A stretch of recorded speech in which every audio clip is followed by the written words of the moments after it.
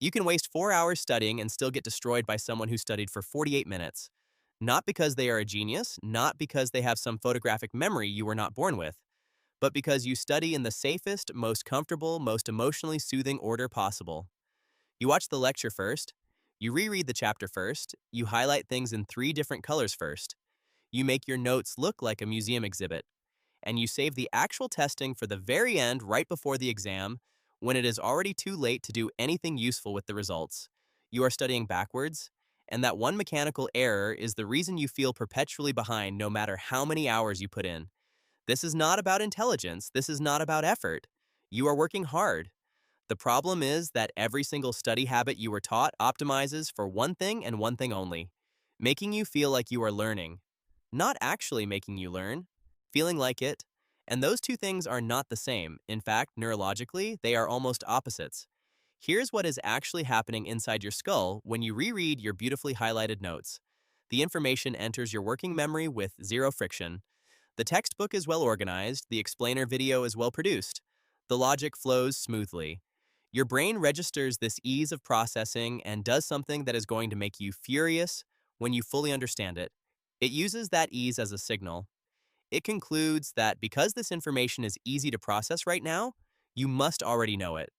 Psychologists Coriat and Bjork identified this exact phenomenon in 2005 and called it foresight bias. When you study material with the answers right in front of you cannot accurately judge how difficult it will be to retrieve that information when the answers are gone. The fluency is the trap. The smoother the studying feels, the more your brain lies to you about how much you actually know. This is what researchers call the illusion of competence, and it is not a character flaw. It is a universal human cognitive bias that the entire traditional education system has accidentally optimized for. Deloriers and his team at Harvard demonstrated this in 2019 with a finding that should be plastered on the wall of every classroom on Earth. Students in passive learning environments feel like they are learning more, but they are objectively learning less. The comfort of passive consumption is neurologically incompatible with actual memory formation. You are training yourself to recognize information, but your exam is going to ask you to recall it, and those are two completely different cognitive operations that use different brain circuits and require completely different kinds of training. Think about what recognition actually is. A student highlights a vocabulary word in their notes. The next time they see it, their brain goes, I have seen this before. That feeling of familiarity is recognition. It requires almost no cognitive effort because the external cue is doing all the work. Recall is something categorically harder. Recall means you are standing in a quiet exam room with a blank piece of paper, and your brain has to generate that information from nothing. No external cue, no familiar formatting, no color-coded prompt to help you. You are training for free recall by exercising recognition. That is the exact equivalent of training for a marathon by watching someone else run.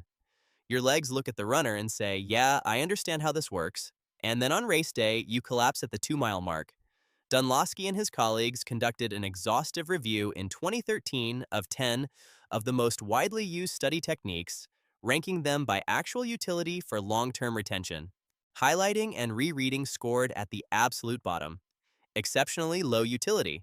And yet survey data shows that over 80% of students rely on rereading notes as their primary method of study. 8 out of 10 students are using the least effective technique available, not because they are lazy, but because it feels the most productive. The entire system is built backward. So here's the paradigm shift, and it is going to feel wrong when you first hear it, which is exactly how you know it is correct. You need to stop consuming information first. You need to test yourself first before you open the book, before you watch the video, before you read a single word of new material. You grab the practice questions or a blank piece of paper and you attempt to retrieve everything you know about the topic from memory. You will fail, spectacularly in some cases. And that failure is not a problem. That failure is the entire point.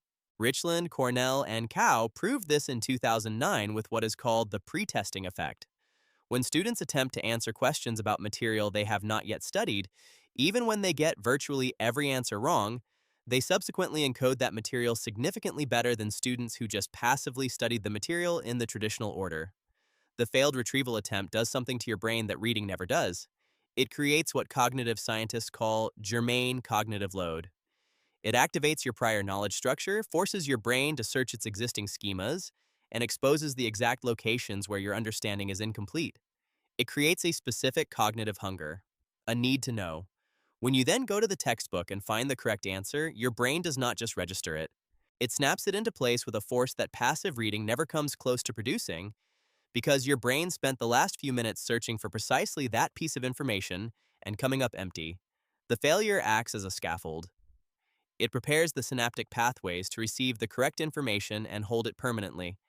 This is also why Robert and Elizabeth Bjork spent decades arguing that the most effective study conditions are the ones that feel the hardest. They called these desirable difficulties. The core finding is brutal in its clarity. Conditions that make learning feel rapid and smooth in the short term consistently produce weak, short-lived retention. Conditions that introduce friction, make retrieval difficult, and slow down apparent progress produce durable, long-term mastery. The brain has two separate indices for memory according to the Bjork's new theory of disuse. There is storage strength, which is how permanently something is encoded, and there is retrieval strength, which is how easily accessible it is right now. When you reread your notes, retrieval strength spikes artificially. The material feels right there. But because retrieval strength is already high, your brain registers that it does not need to work, and gains in storage strength are negligible. You waste the entire study session maintaining a false feeling of familiarity. Conversely, when you allow yourself to partially forget something and then struggle to pull it back, retrieval strength has dropped. The struggle required to access that fading memory triggers a massive biological gain in permanent storage strength. The frustration you feel when you cannot remember something is not a sign that you are not smart enough. It is the exact biological sensation of your brain building durable memory. If your studying does not feel uncomfortable, you are almost certainly wasting your time.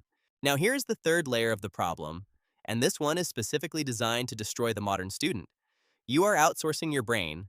You ask ChatGPT to summarize the chapter. You find a 10-minute video that explains the entire concept in an engaging, animated, perfectly logical way. You read the summary, you watch the video.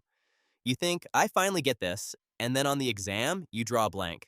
Because the AI understood it, the animator understood it. You watched understanding happen from the outside, and your brain mistook that for your own understanding. Risco and Gilbert identified this as cognitive offloading. When an external tool does the synthesis for you, your brain is not doing the effortful decoding required for memory formation. The germane cognitive load, the vital mental friction your neurons need to build and strengthen schemas, is completely eliminated. You outsource the only part of studying that actually builds neural pathways. When you struggle to understand a difficult paragraph by yourself, even when that struggle is slow and frustrating and uncomfortable, you are forcing your brain to connect new information to existing knowledge structures you already own.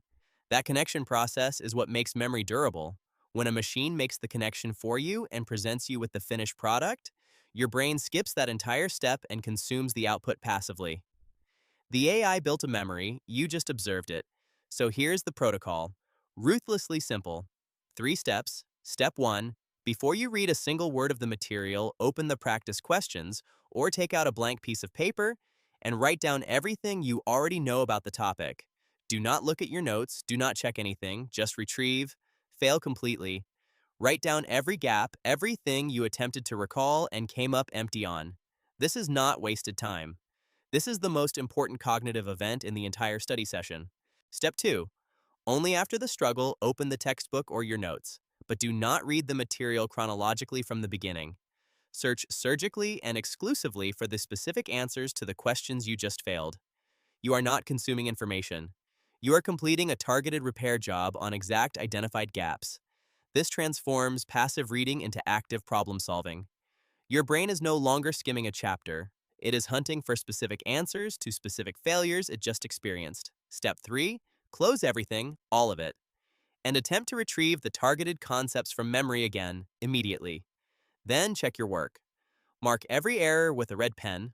Cornell and others have demonstrated that corrective feedback after a failed retrieval attempt is what weakens the incorrect neural pathway and encodes the correct one with precision. The error is not shameful. The error is the coordinates your brain needed to write the right information permanently. That 3-step sequence, executed with a strict time boundary, is cognitively worth more than 4 hours of highlighting because it forces your brain through the specific biological processes that actually create long-term memory. Pretesting exposes the gaps. Targeted study fills them without wasting time on material you already know. Closed book retrieval and error correction permanently encodes the correct answers. 4 hours of reading with the answers in front of you will always lose to 48 minutes of staring at a blank piece of paper. You did not fail because you are not smart enough. You failed because you studied in the safest possible way. And safe is the enemy of retained. Stop studying to feel productive.